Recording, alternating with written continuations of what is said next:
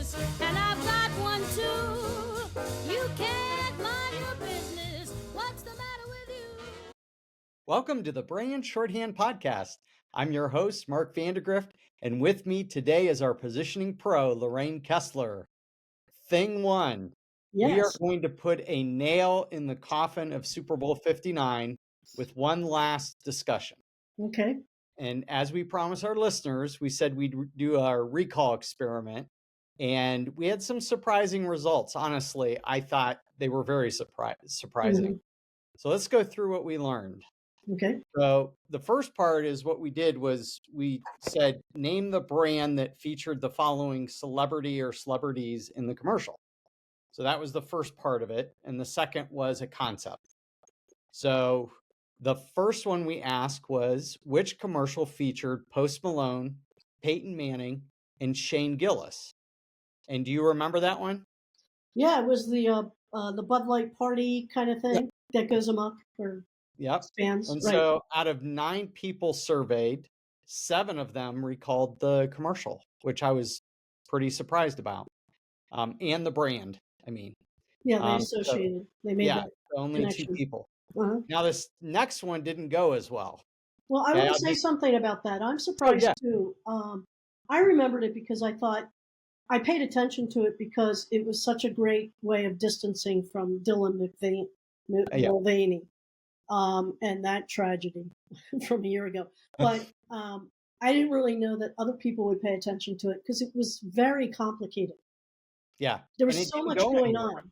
So it didn't go anywhere. Yeah, so I am surprised about the amount of association. Yeah, yeah. Okay, here's the next one. See if you can recall it. Harrison Ford. Jeep. Yeah. Yep. Very good.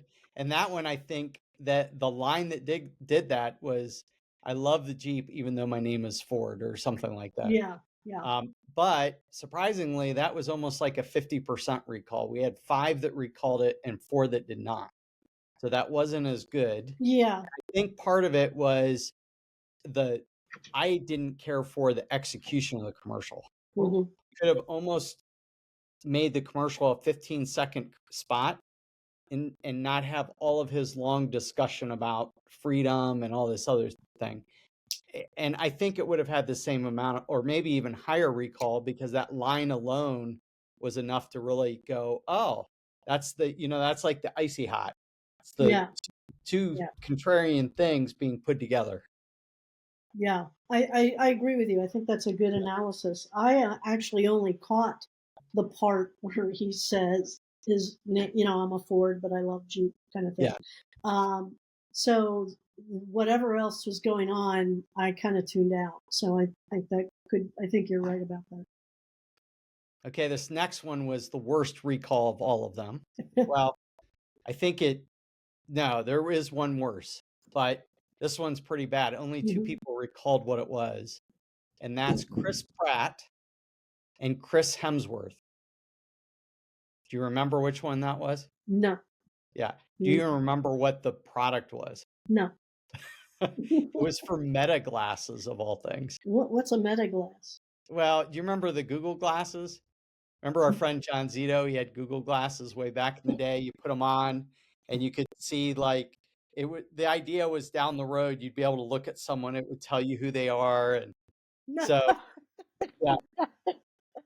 No, I don't remember that.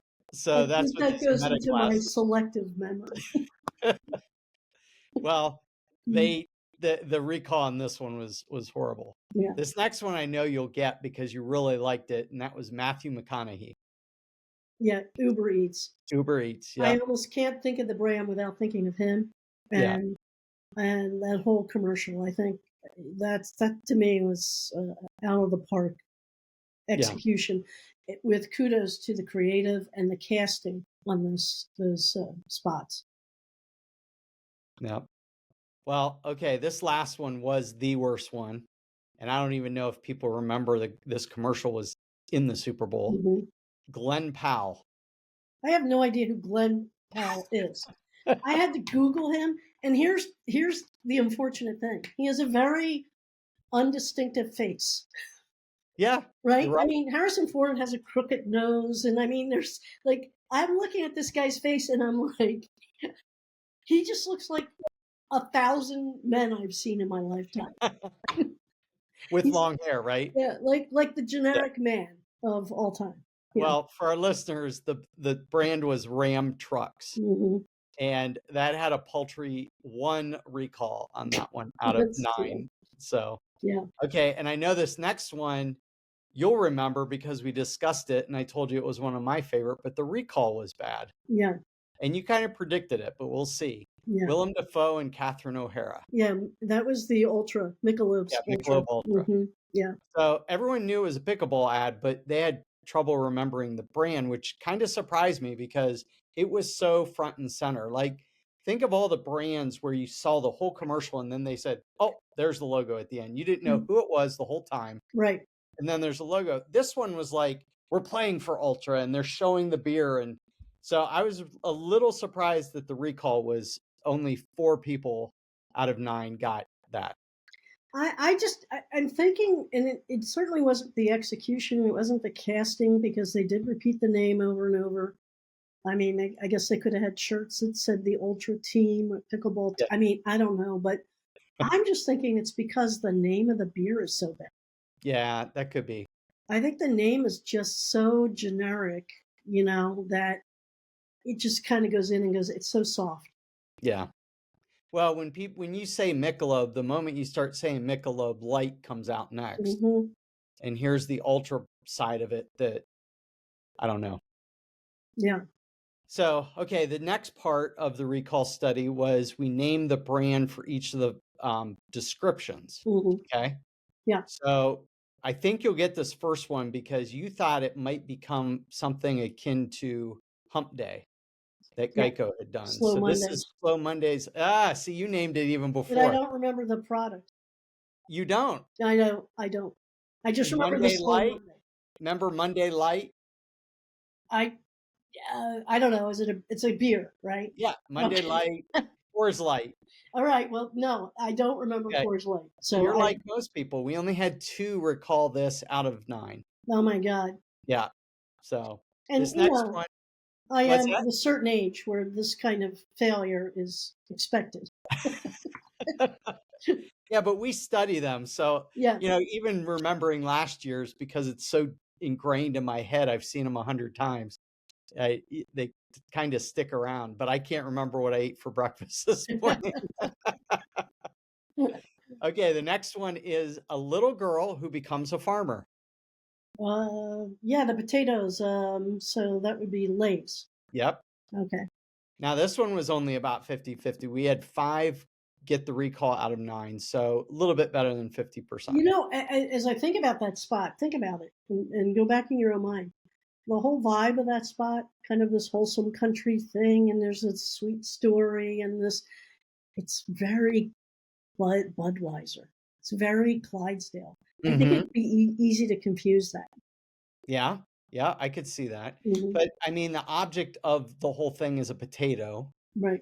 And it starts out with the potato farmer and it ends with the potato farmer and it has a big, the big Lay's logo on the side of it. So I don't know. I think it'd be a really funny ad for Lay's is to have like a Mr. Potato Head or a Mrs. Potato Head, or any other version, who tries to make it into a Lay's bag of chips.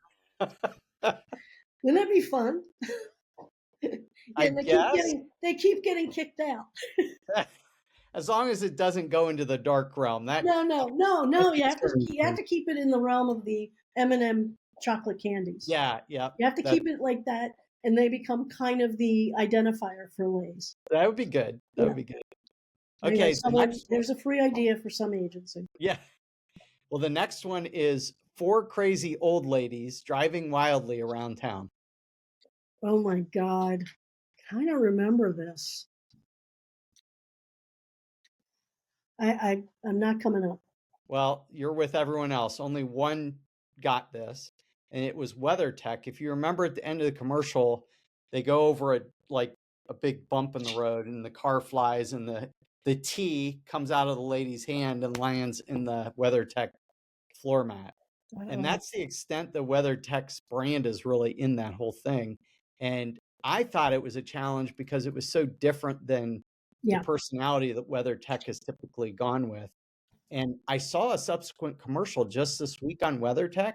Mhm. I was a little surprised. I can't remember what it was right now, but I do remember it going a step further than their typical, just what I would call boring, straight advertising, right? Right. Just highlighting the product. It had a little personality to it, but it felt like they were coming back to earth a little bit from that craziness of those old ladies.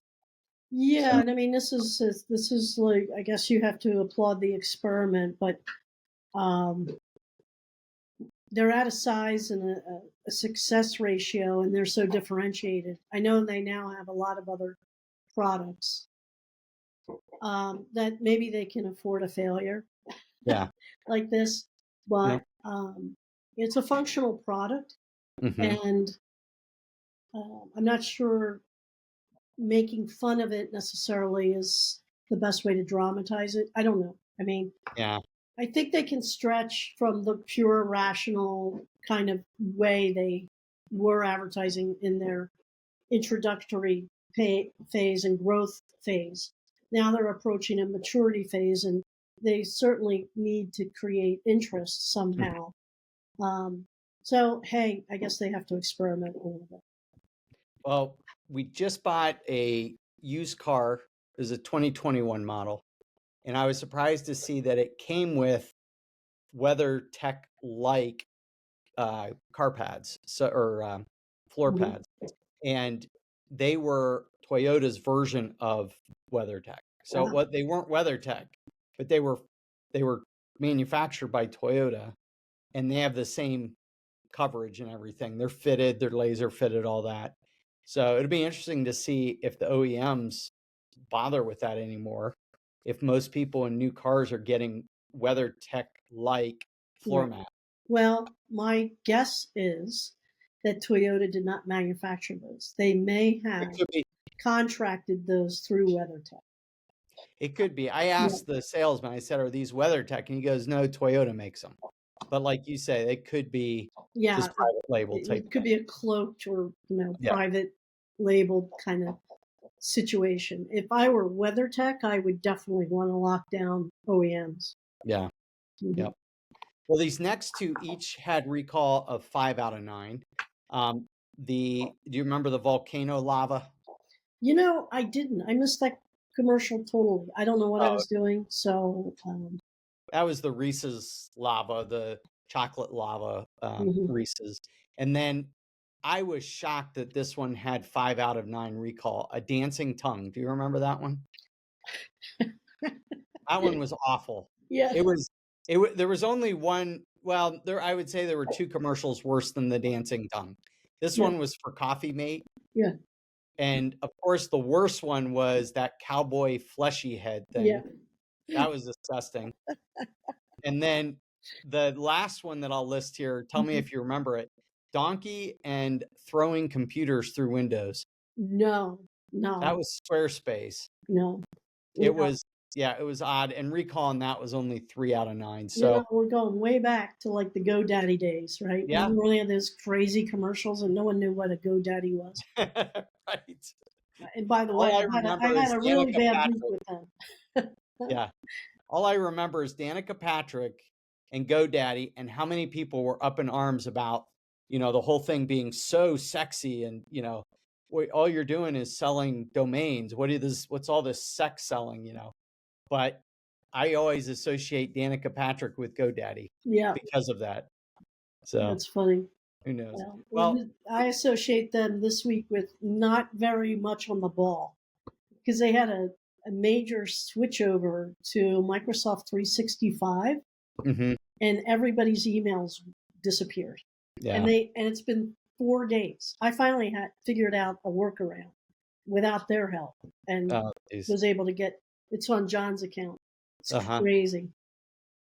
Wow. And they kept saying, well, we think it's on our end. It's a system problem. But then their chat kept giving me all these things to do. Oh, gee. It was crazy. Well, let's get on to the topic at hand. We're already halfway Mhm. through our episode here. Mhm. We're going to Pop into the world of prebiotic sodas. And you might recall that I personally love Poppi and other Mhm. people drink Olipop. And they've become the two prominent brands in the soda, the healthy soda market. Right. And when they hit the shelves, Poppi in 2020, Olipop in 2018, Mhm. they created that new healthy soda market. Right. So, Lorraine, we've talked about Poppi before as one of our examples of designing a new category episode. But what do you want to share, or how do you want us to frame this new healthy soda category that has grown to be so successful? Well, I think it's an obvious idea, right? It's an obvious. Anybody who hears about it is something everybody has wanted: soda without guilt, Mhm. and soda that's healthy with none of the bad stuff. So it's a great freaking idea. And whenever you think of something whenever I think of something, it's like, oh, I wish I thought of that. Hmm. It's because it's obvious. So that's right away when you have an obvious differentiation that the market is ready for the minute they hear it. You've got a great position. But I am less impressed with the product than maybe you are. And I only tried one flavor, so I'll give you the Hmm. little experience. The ads that they've done are so effective that it created trial. And Hmm. that's what you want an ad to do. So I happen to be at one of our clients, BAM, right? Healthy Cuisine. And I was picking up to go and I saw on the shelf, I didn't need any beverage. And I saw on the shelf Poppi and I thought, oh, I'm going to buy that. And I looked at the flavors, lemon, lime, and some other weird ones, fruity ones. And I thought, oh, this one says it's a cola flavor. So I'm thinking it's going to be like Coke or Pepsi. That would be a home run. So like I said, on the good side, this created trial. I saw it. I remember the commercial. I was like, I got it. Why not buy it? It was in the right environment, a cuisine that's healthier. But it didn't taste at all like a cola. It had a weird, to me, unappealing taste. Now, I should probably try some of the other non-cola, more fruity type ones to give a total product review. But it made me think of Bill Bernbach, who said, great advertising will make a bad product fail faster.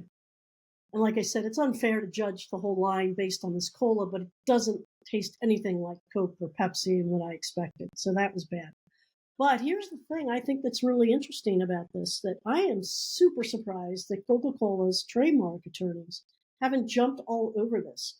The can is the color of Coke. It's red. It's a version of red and white.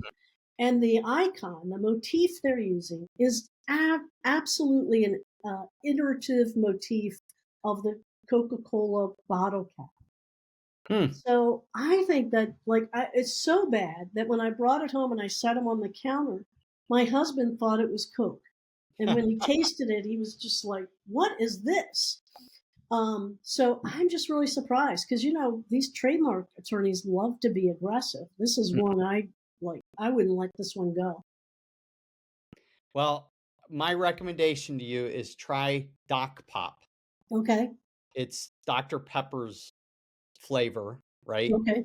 It's called Doc Pop. It's in a purplish can, and that's the only one I drink. I have tried some of the other flavors, and I'm with you. I can take it or leave it.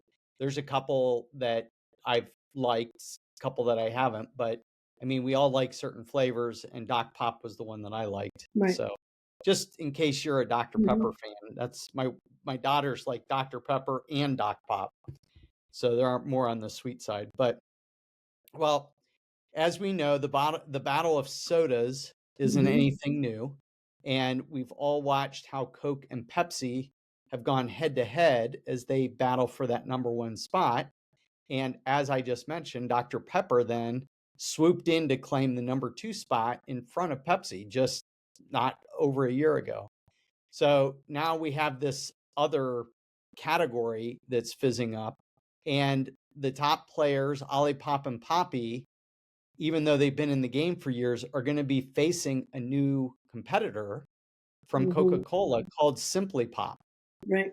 So you may have heard this, but Coke had plans to buy Poppi, but those plans fell through due to the legal challenges that Poppi was facing, and ultimately led Coke to enter the market with their own product. So I don't know if you've heard about this Simply Pop or not.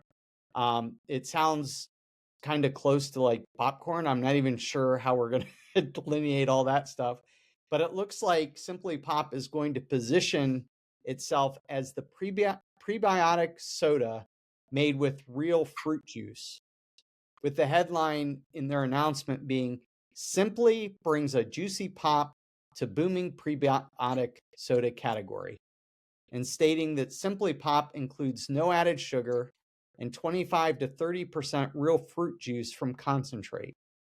And this is a first for that fast growing segment. So explain the idea that if you're not number one and you're not number two, so Poppi and Olipop, then you have to be something new. Do you think Simply Pop is going at this with something new? Not new enough, and Okay. I would also say I would question whether Poppi and Olipop are number one and number two. I don't know what their market share is. I don't know what command of the category they have. You could be number one and have 10 buyers. I mean, I don't know the size of the market that they've established so far. So I think one of the problems too is that well, first of all, Coca-Cola, the name's a bad name, right? Mm-hmm. I mean, it's just a bad name, and Simply Pop is just weak. It's not as good as Poppi or Olipop. So, but they're starting with that little disadvantage. But as we talk often, it's not about who's first to the market with an idea. It's about first to mind. Mm-hmm. And so I'd want to know who is first to mind. Like, if you said, "Hey, who is the leader in prebiotic sodas?" What name would come to mind? I'd really be interested to see how dominant this whole category is. I think it's still growing. And then Coke, on the upside, has a lot of advantages to leverage. It has massive worldwide distribution. And, when we talk about A.G. Lafley and Roger Martin's book, Playing to Win, part of playing to win is differentiation, but part of it is also where do you play? Where do you have advantage? And this is all advantage goes to Coke here. And when you consider that 75% of brand decisions are made at the shelf, they definitely have a dominant position. Why? Well, they can push themselves into all their existing distribution easily. They can get shelf facings easily. Poppi and Olipop are still in the process of trying to sell and earn that. So, and if you're a grocer, you might decide, I only have room for one of these, right? Maybe two. So who are you going to put in? You're definitely going to put in Coke. And then you're going to, why? The other reason is that people don't realize that so much of grocery is pay to play, right? You have slotting fees. So anybody listening out there may not know this, but you have to pay to get your product into systems. And the bigger the system, the more the pay. And so Coke could just win simply because of its war chest, too. So I think it's going to be interesting. If I were Poppi, I certainly, in terms of Poppi, and I think that name's better than Olipop, in my personal opinion, but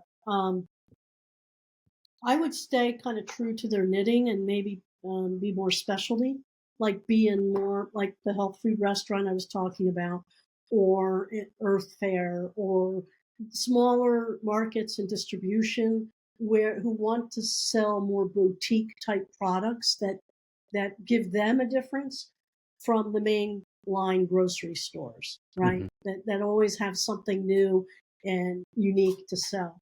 I think you can win big. There's plenty of those stores all across the world, this country, and so I might narrow the focus rather than being number one. So that would be a flanker or guerrilla strategy. It's more guerrilla in terms of you narrow the field of play where you have advantage. Coke in a specialty market isn't special. I can buy it anywhere. So ubiquity works against them. But Poppi in a specialty store, specialty market, that they're new, they're unique, they own the category, they own the idea. Well, you mentioned Gorilla. They Poppi did a really stupid thing, at least according to the social verse, right? Yeah.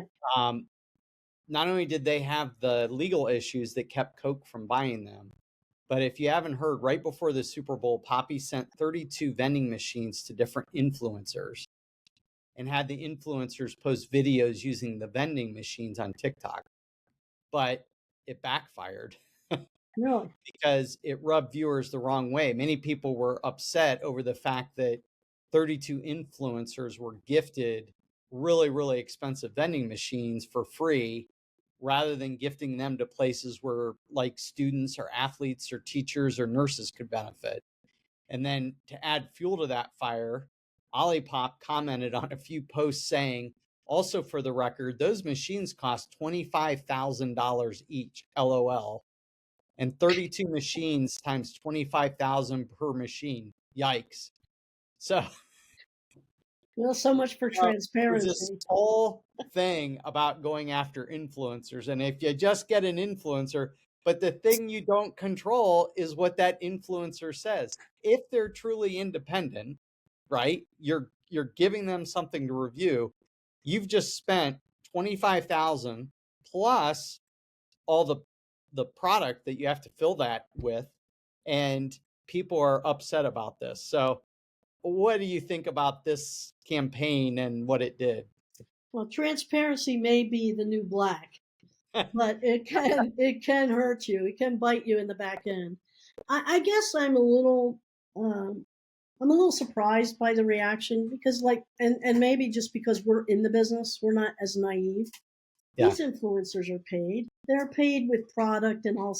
There is no. I don't really believe there's many influencers unless that's their business of independent review, who aren't paid for. And so I guess that's a new awakening for the public to be like, oh, wow, this is so wrong. I don't see anything wrong with it. I actually think it's kind of a firestorm over nothing. Yeah.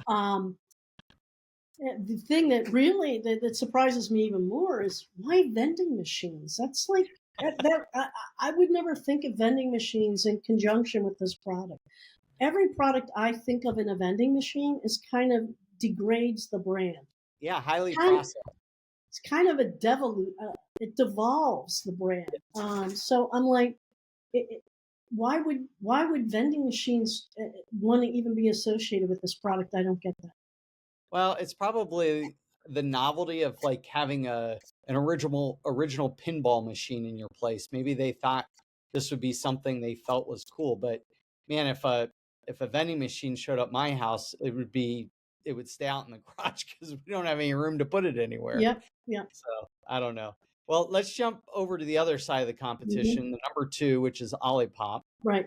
And I don't know if you know the history, but they came out first. But as we always say, it's first to mind, and Poppi did that in front of Olipop. And part of the problem with Olipop was their design of their can. This was something where we'll have Lindsay throw it up on the screen, but the old can that they had, their design did not sell well. And the moment they did a refresh, a brand redesign on their cans, they started flying off the shelf. So it's interesting. Here's what they called it, though. You ready for what they called Olipop on the old can? Yeah. Sparkling digestive tonic. That sounds alluring. Yummy. Well, we always say that the category should be framed in very generic terms, like lead-free gas, right? Or high-performance turf, right? Pretty generic. But you also should have a benefit in it. So, what did you say? It's sparkling digestive tonic. Yeah.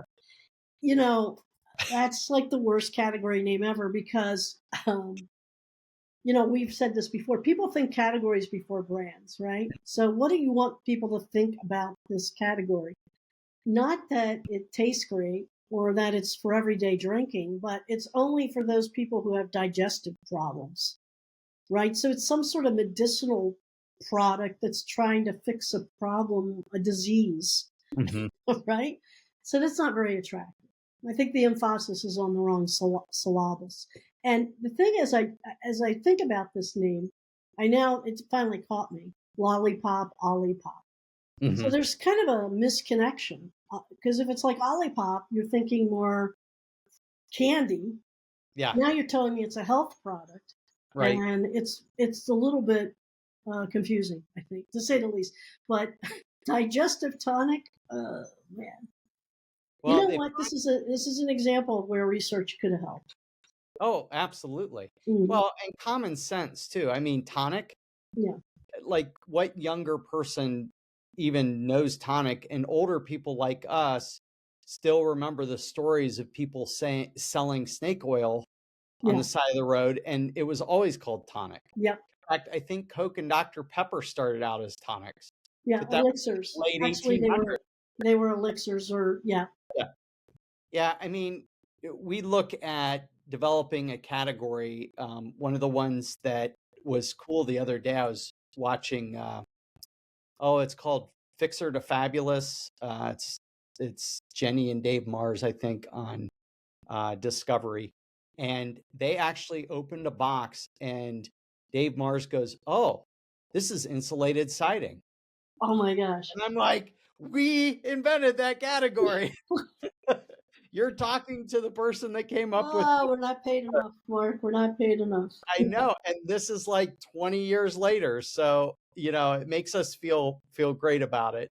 So, share a little bit about category development because you are the one that led all of that for Progressive Foam. Sure, and it's interesting because it's very similar to the Olipop kind of Mhm, thing, right? Because the first thing you want to ask is when you have a new category and you think you have the opportunity for a new category, it's like, what do we call this thing? Because as we said, people think categories first, brands later. So you can think of a category as a ladder that you mhm, carry in, and then the brands are kind of hooked on each rung in the order that they satisfy that category. So it's a really great play. I always look at this as the first positioning move before I look at any others. mhm, Owning an attribute, preference. I always say, can we create a new category? Is there enough of a difference here that this is so new that we can set out a sandbox that we control? So with insulated siding, what happened is a client of ours innovated a solid EPS foam backing that was contoured to all different contours of hollow vinyl siding. And hollow is really important because people know when you put hollow siding, vinyl siding on your house, hey, it can get hit by a rock and it cracks and dents and whatever, and there's no insulation valve. So it's a very flimsy kind of veneer. And here, all of a sudden, they have this where they can put this backer on, and they were really focused on the strength, durability, mhm, calling it like solid core and solid this and solid that. Well, but when you think about it, wood is solid. Um, there's a fiber cement is solid. That's a competitive product. There's some other composites that are solid. So that mhm, really isn't much of a differentiator other than makes it a premium vinyl. But moreover, the other benefit was, with this product, this EPS foam, you have an insulation bag. So we weren't sure which one to focus when naming the category, and we knew we wanted to name the category. So we contracted both, or contracted. I didn't contract anything, but we reached out to a researcher and we did focus studies and we did quantitative in the right order. And what we found from that research was that the insulation value was a more immediate, understood benefit, a more differential benefit. No other siding, wood, metal, composite, is talking about insulation value. And so that's what led us to calling this insulated siding. So there's hollow vinyl siding, right? We and this is a trick of repositioning, is you expose a negative that anyone can verify is true. Anyone can verify is true that that vinyl siding without a backing is hollow. So we called it hollow vinyl siding, and the solution is insulated siding, and insulated siding gives you this great energy benefit, and as a secondary benefit, of course, its durability and strength. But research led the way on that. Well, and that's the key to whatever the digestive tonic they didn't go through the process that we take clients through to figure out a category, because that was about as bad as you could think of. Yeah, they did it later, I think, but because they didn't you say something to me earlier about how they changed? Yeah, they changed. They went, now we're in the healthy soda category. Okay. And they even iterated previously to that in a way that didn't make sense. People were calling it something that didn't deliver a benefit. I mean, why is healthy soda so hard to understand? Yeah. And Yeah. I don't know if somebody in the room thought, well, that doesn't sound sexy enough, but it's the obvious. And as we know, In Search of the Obvious was Jack Trout's final book. The obvious idea is usually the right one. Yeah. So it'll be interesting to see how Simply Pop kind of falls into this category of healthy soda, and where Poppi and Olipop fall into the equation. Right. My thing about Simply Pop going after the real juice, one of the things that we know about orange juice and cranberry juice, and they all say made from real juice, right? But the sugars in those juices are so high that I have a hard time believing that Simply Pop will truly fall into the healthy category. Yeah, the sugars, and they're off. It's like a double-edged sword. You take cranberry juice for certain issues, and then the next thing you know, your sugar levels way out of whack. Right. Which is what happened to me. So I'm like, and if you drink the stuff without sugar, it's just gaggy. Yeah, you ever have cranberry juice with no sugar? It's like, oh, I can't even stomach it. Yeah. So I really think research could help them. It would certainly answer the question, first off, what is this thing? Do we call it sparkling digestive tonic, or do we call it something else, right? Yeah. And that would have answered that question for them. And then it would have helped prioritize the messaging a little bit better on the prebiotic benefits and how it's made and that. Good. Well, we're going to wrap up today's episode of the Brand Shorthand Podcast. Thank you for joining us again, Lorraine. And thank you to our listeners for joining us, tuning in. And don't forget to like, subscribe, and tell your friends. And just subscribe. Until next time, have an amazing day. For Monday. Ain't nobody's business but my own.